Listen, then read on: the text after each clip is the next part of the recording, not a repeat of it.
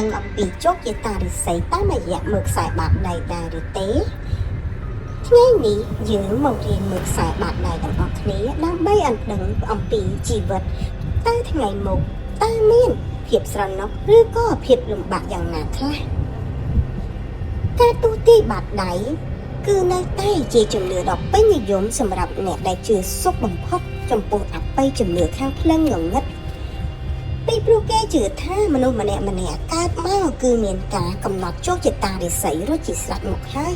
មិនថាមើលតាមថ្ងៃខែឆ្នាំកំណើតមើលតាមម៉ោងពេលវេលាដែលគាត់កើតនោះទេជាពិសេសលើបាតដៃគេបញ្ជាក់ថាគឺគេមានកំណត់រួចហើយថាថ្ងៃមុខយើងគឺជាមនុស្សដែលមានភាពស្រណុកឬក៏ភាពលំបាកយ៉ាងណាខ្លះខាងក្រោមនេះគឺជាខ្សែបាតដៃទាំង3ប្រភេទដែលអាចមើលដឹងអំពីឆាកជីវិតទៅថ្ងៃមុខទី1ខ្សែកណ្ដាលឬក៏គេហៅថាផ្លូវវាសនា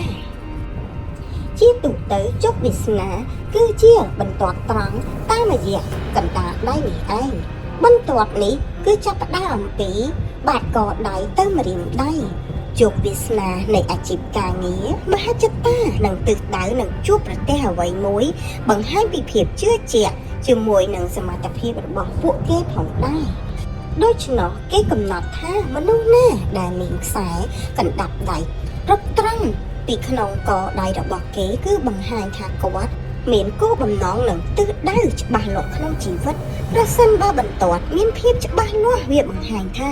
ដរាបណាអ្នកប្រឹងប្រែងដើម្បីសម្រេចគោលដៅអ្នកនឹងទទួលបានលទ្ធផលដ៏អស្ចារ្យនិងបំពេញបំណងប្រាថ្នាហើយមានជីវិតសប្បាយរីករាយជារៀងរហូតសរុបមកបើសិនជាបន្ទាត់កណ្ដាលនៃបាតដៃកាន់តែច្បាស់គឺភាពជោគជ័យក្នុងជីវិតរបស់អ្នកគឺកាន់តែមានភាពស្រណុកហើយនឹងភាពជោគជ័យក្នុងជីវិតក៏មានច្រើនផងដែរគឺពុំសូវជួបនៅរឿងដែលមិនសមប្រកបនោះទេ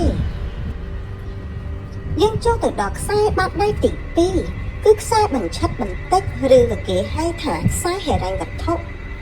ខ្សែផ្លូវហិរញ្ញវត្ថុនេះគឺជាបន្ទាត់សំខាន់ក្នុងការទំនាក់ទំនងគឺនៅបន្ទាត់ត្រង់ស្ថិតនៅក្រោមម្រាមដៃកូនដែលលាតសន្ធឹងត្រង់មនុស្សដែលមានខ្សែបាតដៃបែបនេះគឺជាមនុស្សដែលមានអាជីវកម្មច្រើនប្រាក់ហូរចូលដោយទឹកបាក់ទំនប់ជាពិសេសគឺជាមនុស្សដែលមានជំនាញគ្រប់គ្រងផ្នែកហិរញ្ញវត្ថុតែម្ដងតែទោះជាយ៉ាងណាក៏ដោយប្រសិនបើអ្នកមានបន្ទាត់ច្រើនជាងមួយនោះបានន័យថាអ្នកគឺជាអ្នកសង្គ្រោះនឹងតែងតែជួយគេទៅវិញ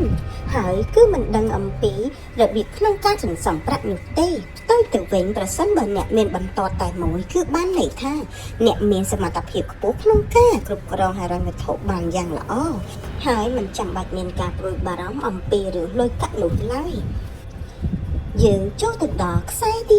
3នៅលើបាតដៃគឺខ្សែបញ្ឆិតខ្លាំងនាងដៃឬក៏គេហៅថាខ្សែផ្លូវសុខស្រួលខ្សែបញ្ឆិតខ្លាំងនៃនាងដៃនេះគឺវាតំណាងឲ្យភាពជោគជ័យនៃជីវិតមនុស្សគ្រប់ទិសទីម្ចាស់ខ្សែបន្ទាត់គឺមានសំណាងល្អក្នុងការរកលុយទោះជាធ្វើការងារអ្វីក៏មានអ្នកជួយជ្រោមជ្រែងនិងតែងតែជួបមនុស្សល្អជួយអ្នកជានិច្ចម្ចាស់ខ្សែនេះគឺមានសំណាងល្អណាស់ក្នុងការរកលុយហើយបើសិនជាខ្សែម្រាមដៃរបស់អ្នកកាន់តែវែងគឺបានន័យថា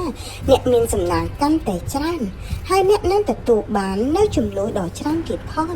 លើសពីនេះទៅទៀតអ្នកដែលមានខ្សែនៅក្រោមនាងដៃក៏អាចបង្ហាញផងដែរថារាល់ការខិតខំប្រឹងប្រែងនឹងទទួលបានជោគជ័យនិងទទួលបានរង្វាន់ធំទៀតផង3ចំណុចនេះគឺជាចំណុចសំខាន់នៅលើខ្សែបាតដៃ